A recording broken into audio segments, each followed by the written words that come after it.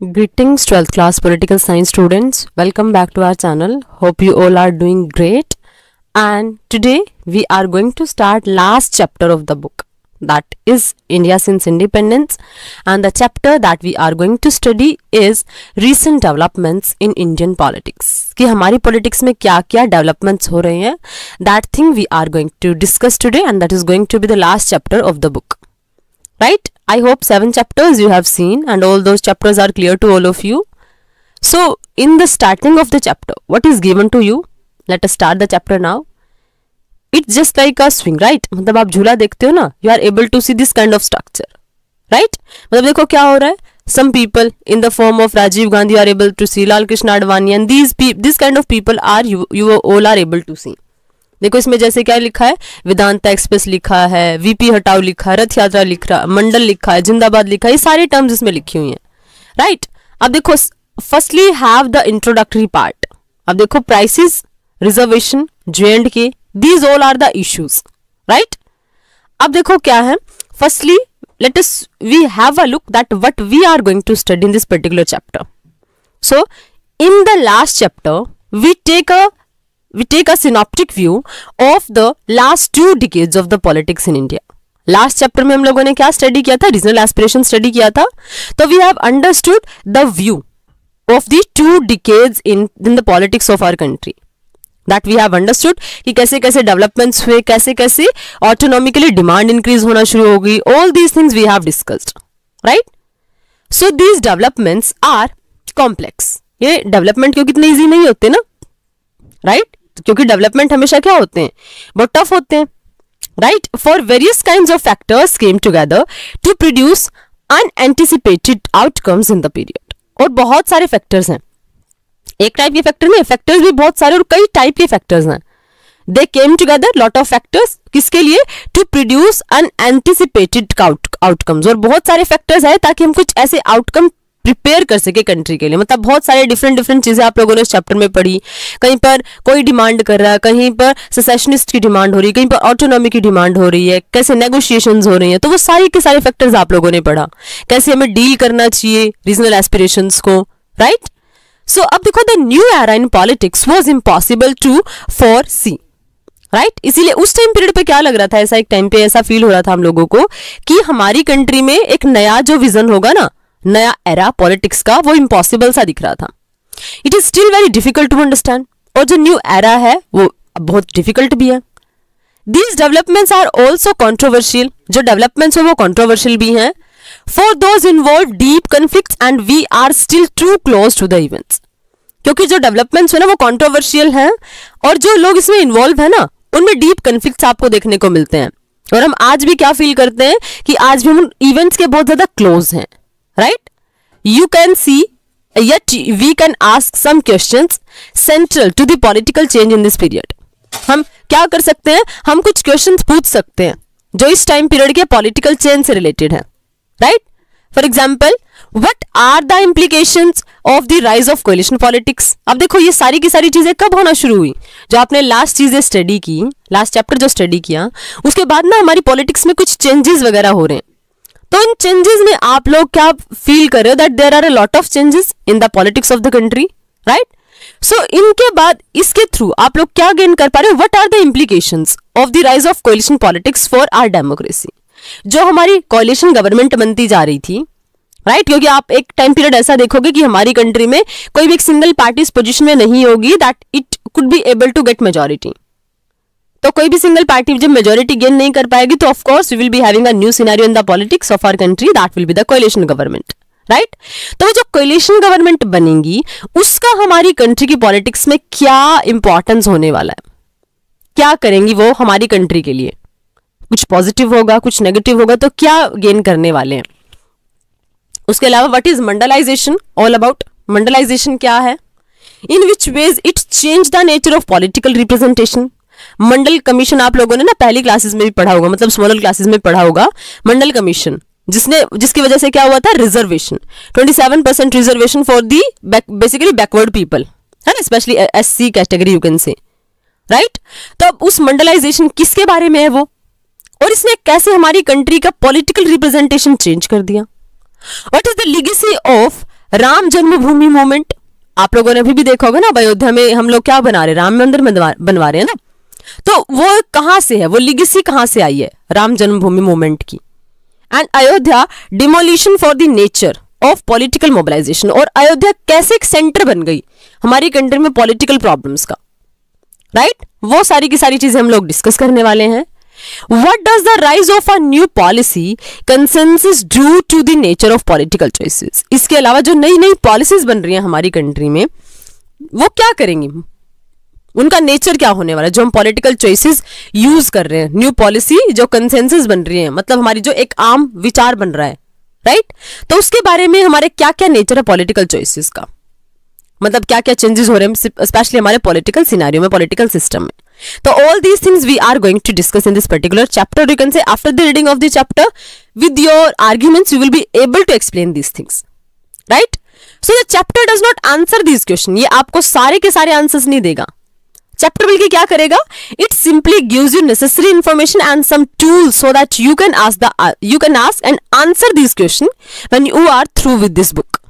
मतलब ये आपको आंसर नहीं देगा डायरेक्टली, बट आपको कुछ ऐसे टॉपिक्स इसमें गिवन है कि अगर आप उन टॉपिक्स को रीड करोगे तो you will be able to understand and you will be able to explain that what is mention. We cannot avoid asking these questions just because they are politically sensitive. For the whole point of studying the history of politics in India since independence is to make sense of our present. हम उनको avoid नहीं कर सकते question पूछने को, क्यों? Just because they are political sensitive. मतलब ऐसे क्वेश्चंस आप सिर्फ इसलिए नहीं छोड़ सकते क्योंकि वो पॉलिटिकली बहुत ज्यादा सेंसिटिव पार्ट है, तो मतलब आप उनको पूछना ही छोड़ दो, that can not happen in democracy, right. उसके अलावा क्या है कि for the whole point of studying the history of politics in India since independence is to make sense of our present.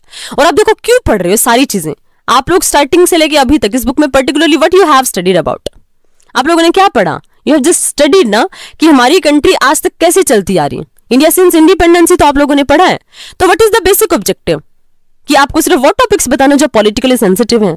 No, बल्कि आपको क्या बताना कि हमारी जो पॉलिटिक्स उसकी हिस्ट्री क्या रही है इंडिपेंडेंस से लेके, और क्यों अंडरस्टैंड करना उसको आपको जरूरी है।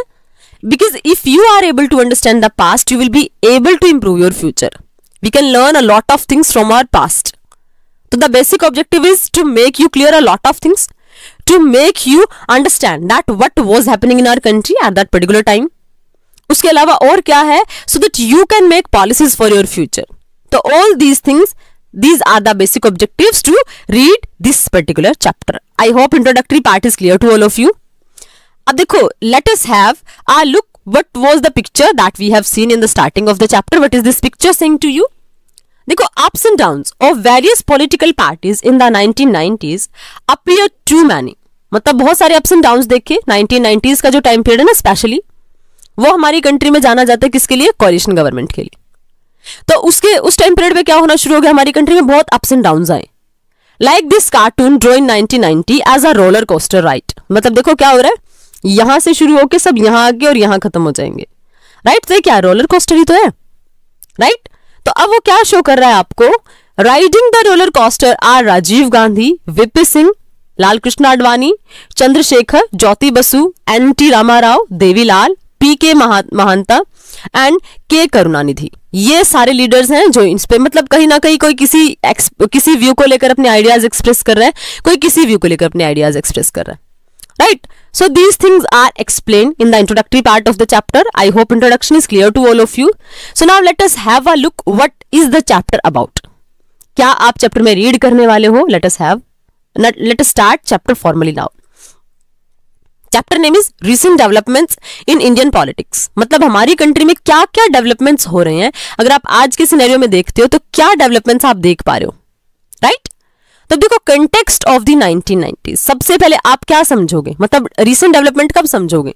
रिसेंट मतलब ये आजकल की बात नहीं कर रहा, रिसेंट मतलब बेसिकली जो 1990s के बाद का टाइम पीरियड है, क्योंकि उसके बाद से हमारी कंट्री में बहुत सारे चेंजेस होने शुरू हो गए। सो उससे पहले you will have to understand what was the context of 1990s, right? तो देखो, you must have read in the last chapter that Rajiv Gandhi became the prime minister after the assassination of Indira Gandhi. वो सारा चीजें, I think वो सारा chapter आपको clear है when we understood the scenario कि क्या हो रहा था। राजीव गांधी हमारी कंट्री के प्राइम मिनिस्टर बन गए ना after the assassination of Indira Gandhi on 31st of October 1984, right? And he led the Congress to a massive victory in the Lok Sabha elections and immediately thereafter in 1984. और क्योंकि हमारी country में parliamentary form of government है, that's why we are having two type of executive, real and nominal, right? तो real हमारे prime minister होते हैं।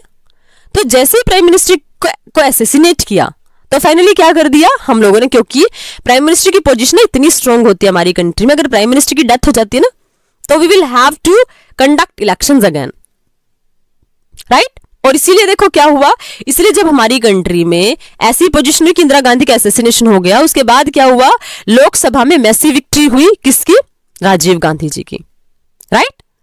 As the decade of 80s came to a close, the country witnessed 5 developments that were to make a long-lasting impact on our politics. मतलब कुछ ऐसे developments हुए 80s के decade में हमारी कंट्री में स्पेशली, जिसने हमारी कंट्री की पॉलिटिक्स में ना लॉन्ग लास्टिंग इम्पैक्ट डाल दिए, राइट? मतलब कुछ तो बहुत बड़ा चेंज हुआ होगा ना, ड्रास्टिकल चेंज हुआ होगा, that's why they are saying कि लॉन्ग लास्टिंग इम्पैक्ट हो गया हमारी पॉलिटिक्स के ऊपर, राइट? अब देखो ये क्या था, first the most crucial development of this period was the defeat of Congress party in the elections held in 1989. अब देखो इसके बाद जब राजीव गांधी जी का भी एसेसिनेशन हो जाएगा तो फिर देखो इस टाइम पीरियड में क्या चेंज हुआ 1980s के डिकेड के लास्ट में, कि first and most crucial development, सबसे बड़ा डेवलपमेंट तो क्या था कि डिफीट हो गई कांग्रेस पार्टी की। जब 1989 में हमारी कंट्री में इलेक्शंस हुए ना तो उस टाइम पे हमारी जो कांग्रेस पार्टी थी वो हार गई। The party that had won by many as 415 seats in the Lok Sabha in 1984 was reduced to only 197 in this election. मतलब सिनेरियो देखो कितना चेंज। जो पार्टी अकेले कभी 415 मतलब टोटल में से 415 और मैक्सिमम कितनी होती है हमारी कंट्री में, मैक्सिमम टू मैक्सिमम 552 होती हैं, बट मोस्टली इलेक्शंस होता है 538 से लेके 545 तक, उतनी पर इलेक्शंस होते हैं। तो अगर मान लो 538 पे भी इलेक्शन था तो उसमें से 415 तो अकेली किसकी थी, कांग्रेस की थी लास्ट इलेक्शंस में, 1984 वाले इलेक्शन में जब राजीव गांधी प्राइम मिनिस्टर बने। लेकिन अब क्या हुआ, जब 1989 में इलेक्शन हुआ तो ये पार्टी सिमट कर कांग्रेस कहां तक रह गई, सिर्फ 197 तक। तो it was a strange thing ना, very strange thing you can say. कुछ तो ऐसा हुआ होगा। देखो रीजन क्या हो सकता है कि of course we were able to see that there was no any that kind of करिश्माई लीडर, राइट? करिश्मेटिक वर्ड होता है ना कि ऐसा कोई लीडर नहीं था जिसको देख के लोग वोट करें, because assassination already Indira Gandhi का भी हो चुका था और राजीव गांधी जी का भी हो चुका था, राइट? तो अभी कांग्रेस कहां सिमट गई, सिर्फ 197 सीट्स पे। The Congress improved its performance and come back to power soon after the mid term elections in the 1991। फिर क्या हुआ, लेकिन देखो 1989 में इलेक्शंस तो हुए, कांग्रेस डिफीट भी हुई, बट इवन देन क्या प्रॉब्लम हुई, इवन देन सिचुएशन क्या हुई कि गवर्नमेंट जो बनी ना, क्योंकि देखो कोalition और ये सारी गवर्नमेंट बन रही थी, तो फाइनली क्या हुआ that government was not able to work properly. और फिर क्या हुआ, गवर्नमेंट कोलैप्स्ड, क्योंकि जब गवर्नमेंट सफिशिएंटली वर्क नहीं कर पाएगी तो of course government will be collapsed. Government collapsed हो गई और जैसे गवर्नमेंट कोलैप्स हुई तो it means what will happen now, मतलब government is not able to complete that tenure ना, और अगर गवर्नमेंट टेन्योर पूरा नहीं कर पाई तो we will be having mid term elections, right? Mid term elections कौन से होते हैं, मिड टर्म का मतलब इलेक्शन तब होते हैं जब हमारी कंट्री की गवर्नमेंट अपना fix tenure that is 5 year उसको कंप्लीट नहीं कर पाती। तो उस टाइम पे हमारी कंट्री में कौन से इलेक्शंस होते हैं, मिड टर्म इलेक्शंस होते हैं, राइट? तो इट मींस क्या हुआ, मिड टर्म इलेक्शंस हुए 1991 में। आप लोगों ने बाय इलेक्शन भी पढ़ा होगा, बट बाय इलेक्शन क्या होता है, by election will be for one constituency. अगर किसी एक एमपी की डेथ हुई तो उसी कॉन्स्टिट्यूएंसी पे इलेक्शंस होंगे ना, but mid-term elections will be for the entire country, right? But the elections of 1989 marked the end of what political scientists have called the Congress system. लेकिन देखो अब जो सबसे बड़ा चेंज आया, क्योंकि देखो एक तो आप लोगों ने क्या देखा था, the crisis of democratic order आप लोगों ने चैप्टर स्टडी किया था ना, आप लोगों ने फिर भी देखा कि कैसे जो कांग्रेस है उसका रिस्टोरेशन हो रहा था। We have already studied emergency and all these kind of scenario, right? लेकिन अब देखो जैसे 1989 के इलेक्शंस हुए ना, तो मतलब कांग्रेस की जो पोजीशन इतनी स्ट्रांग होती थी ना that alone it was able to get clear majority, वो कहीं ना कहीं अब गायब होना शुरू हो जाएगी, right? Because till now also we are able to see कि हालांकि कांग्रेस की गवर्नमेंट बनी, but even then we are able to see हमेशा गवर्नमेंट कैसे बनी, यूपीए अलायंस के साथ, यूनाइटेड प्रोग्रेसिव अलायंस के साथ, मतलब और पार्टीज के कोएलिशन में गवर्नमेंट बनी है, राइट तो जो 1991 का इलेक्शन है उसने 1989 का उसने क्या मार्क कर दिया, the end of the Congress, the end of what political scientist have called the Congress system. जो बोला जाता है ना कि कांग्रेस सिस्टम है हमारी कंट्री में, राइट अब देखो क्या है कि उसका एंड हो गया 1989 से।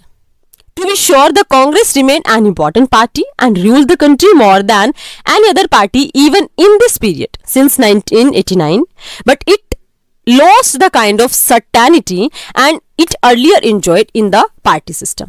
हालांकि देखो आज तक भी मतलब 2014 तक के बाद से अगर आप टाइम पीरियड छोड़ देते हो, because 2014 and 2019 again both of the time we are having BJP in the complete majority.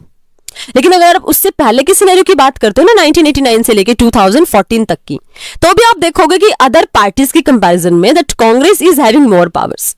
All the time Congress was able to secure more votes in comparison of others and that was able to make the government also, right but the scenario which we were able to see ना at the time of our independence, that the glory of Congress party that was missing somewhere. वो चीजें नहीं visible हुई हमें 1989 के बाद। तो कहीं ना कहीं जो कांग्रेस सिस्टम था ना उसका अब एंड हो गया था after the elections of 1989, right got it. अब देखो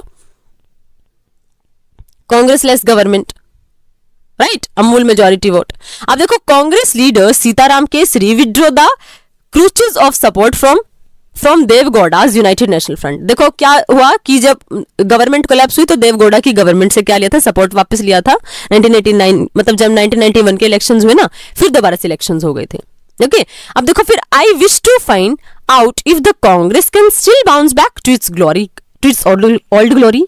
क्या लगता है आप लोगों को कि क्या कांग्रेस अब दोबारा से उसी ग्लोरी को वापस से गेन कर सकती है जो कभी उसकी 1952 के अराउंड होती थी, हमारे फर्स्ट 4 इलेक्शंस में होती थी, या फिर इंदिरा गांधी के टाइम पीरियड पे थी, या फिर राजीव गांधी के टाइम पीरियड पे थी?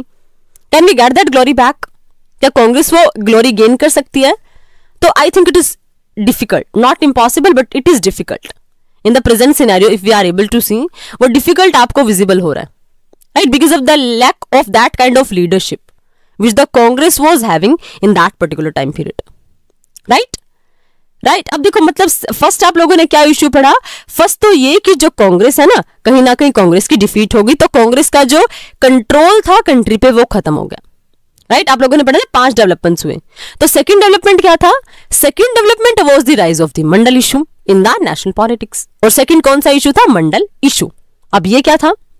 This followed the decision by the new national front government in 1990 to implement the recommendation of the Mandal Commission that jobs in central government should be reserved for other backward classes।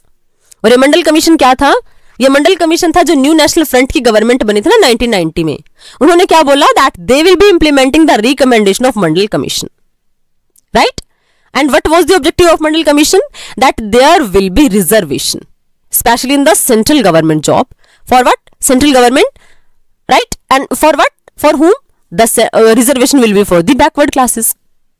And this led to violent anti-mandal protests in different parts of the country.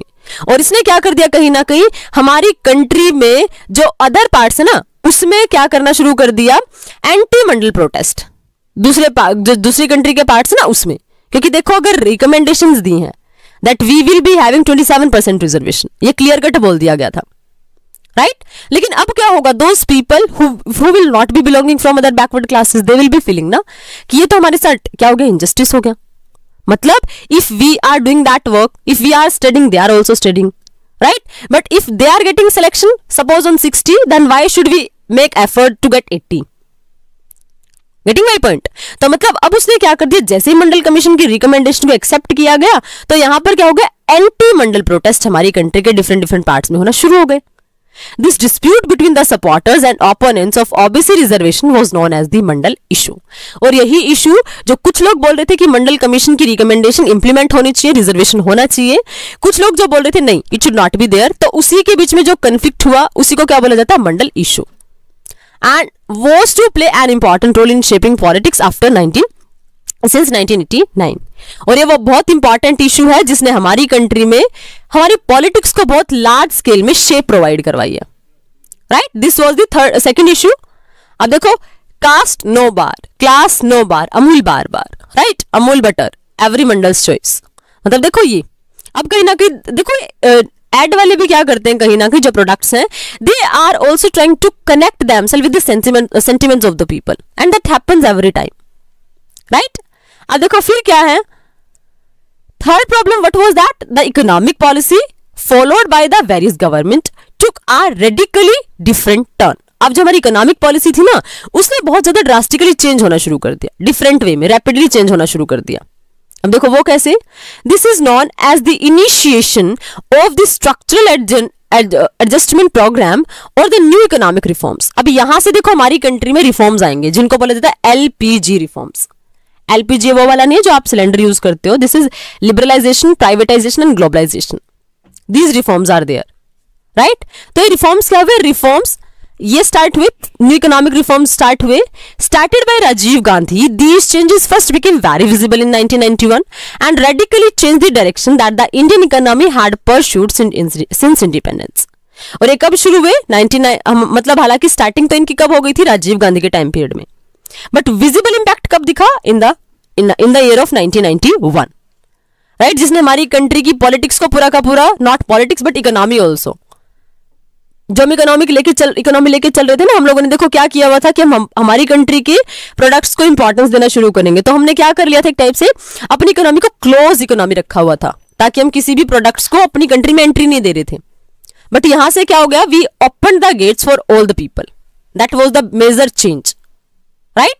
अब देखो फिर क्या हुआ, after that these policies have been widely criticized by various movements and organizations, but the various governments that came to power in this period have continued to follow these। हालांकि ये जो हम लोगों ने इनिशिएटिव्स लिए ना जस्ट इकोनॉमिक गेन, तो बहुत सारी पार्टीज ने इसको क्या किया, क्रिटिसाइज किया, क्योंकि कहीं ना कहीं अगर आप गेट ओपन करोगे तो हमारे दिमाग में क्या था, हमारे दिमाग में वही चीजें थी कि ब्रिटिशर्स जैसी कोई फिर कंट्री होगी and which will be controlling us again, right. तो we were having a fear from colonization, so the people were criticizing it, but the government was going with these policies and these policies were continued to follow, right.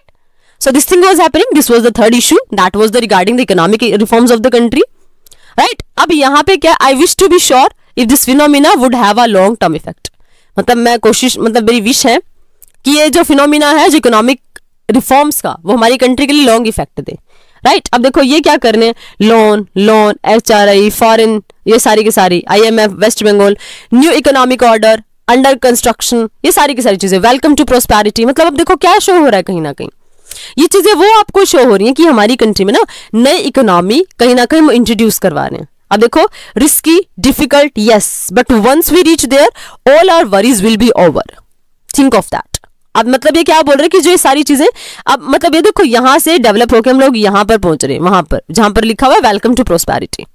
मतलब ये क्या बता रहे हैं कि अगर हमारी ये सारी प्रॉब्लम सॉल्व हो गई ना तो फिर क्या होगा, हम वेलकम टू प्रोस्पेरिटी के जोन में एंटर करेंगे, मतलब प्रोस्पेरिटी होगी in our country, right. So Manmohan Singh the then finance minister with prime minister Narasimha Rao. अब 1991 में जब मिड टर्म इलेक्शंस हुए ना, तो at that time Narasimha Rao he was the prime minister of the country in the initial phase of the new economic policy. मतलब हम नई नई चीजें इंट्रोड्यूस करवा रहे हैं, राइट। अब देखो I am not clear of this will make a difference to politics, specially if everyone has the same policy. मतलब हर कोई क्या करने की कोशिश कर रहा है, हर कोई सिमिलर पॉलिसीज इंप्लीमेंट करने की कोशिश कर रहा है ना, all the policies which were same only.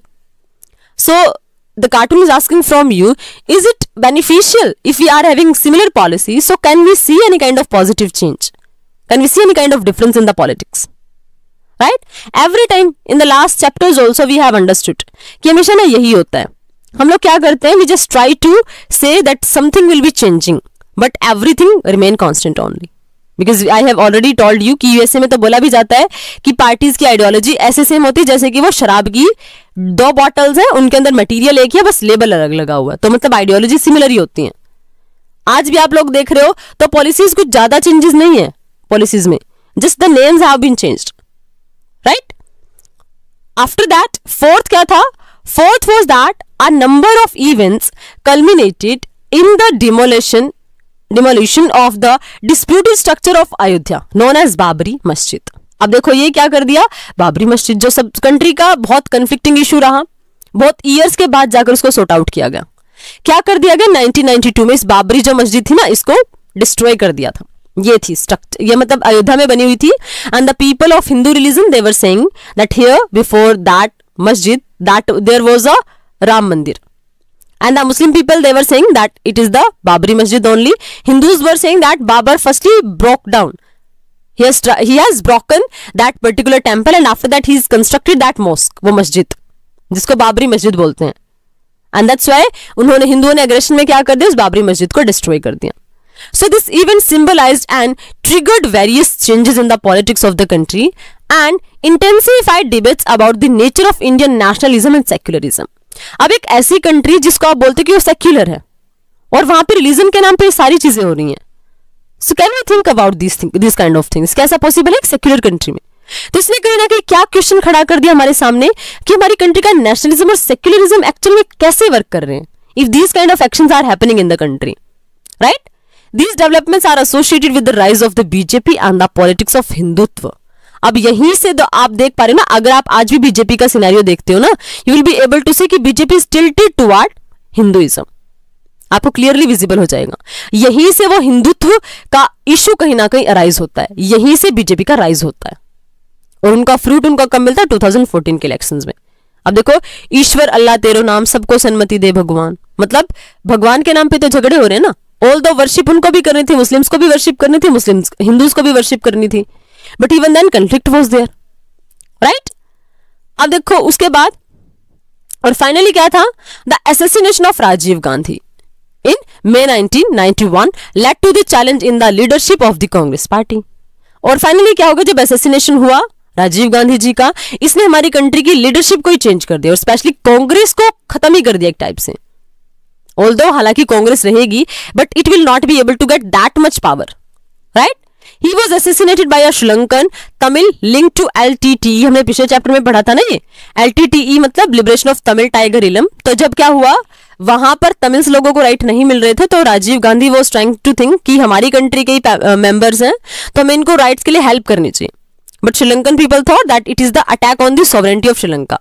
इसलिए फाइनली क्या हुआ, पहले तो ऐसा फील हुआ कि दोनों कंट्रीज में रिलेशन अच्छे एस्टैब्लिश हो गए, मेंटेन हो गए हैं, बट फाइनली क्या हम लोग फाइंड आउट कर पाए कि जो LTT उसका ग्रुप था लिबरेशन ऑफ तमिल टाइगर इलम, उन्हीं का लिंक था किसमें? असैसिनेशन ऑफ राजीव गांधी में।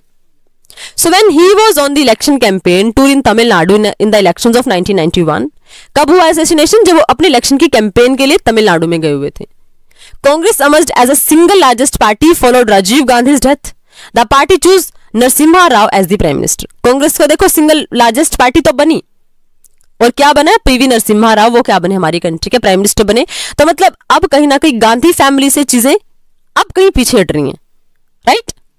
इंदिरा गांधी, राजीव गांधी, अब कहीं ना कहीं किसी और के हाथों में लीडरशिप आ रही है। So what will be the changes, how the scenario of the country will be changing. So in this video basically we have understood कि हमारी कंट्री का पॉलिटिकल सिस्टम कैसे चेंज हो रहा था, राइट? अब देखो बहुत सारे हेडलाइंस बनी आउटलुक में भी। अब should he smiling, hope smiling. अब टुडेज मिसिंग अ लीडर, क्योंकि देखो कांग्रेस का leader, right? Today the best and the worst, Manmohan Singh, India today, कि वो अच्छे रहे खराब रहे क्या, यहां पर मिसिंग लीडर, उसके बारे में पब्लिश होना शुरू हो गया। Of course Congress was feeling that they are not having appropriate leader. That was the basic issue, that was the basic problem with the Congress party, right? So I hope the major issues in front of the country in the decade of 1980 and 1990 especially, I hope till here and first part is clear to all of you. If you are having doubts, you can ask your doubts in comment section. We will meet in next video where we will be studying era of coalition. अब यहाँ से अगर अब देखो जब Congress party का dominance खत्म होगा तो ऑफ कोर्स और कोई पार्टी भी इतने पोजीशन में नहीं थी कि वो अकेले गवर्नमेंट बनाए, तो अब यहाँ पे क्या होगा? There will be a new era, that is the era of coalition. अब वो क्या होगा, उसका क्या इंपैक्ट पड़ेगा हमारी कंट्री के पॉलिटिक्स के ऊपर, that all we will discuss in next video. If you like the video, please press the like button and subscribe the channel as well. We will meet in next video. Till then, keep learning and stay connected. Thank you. Thanks a lot.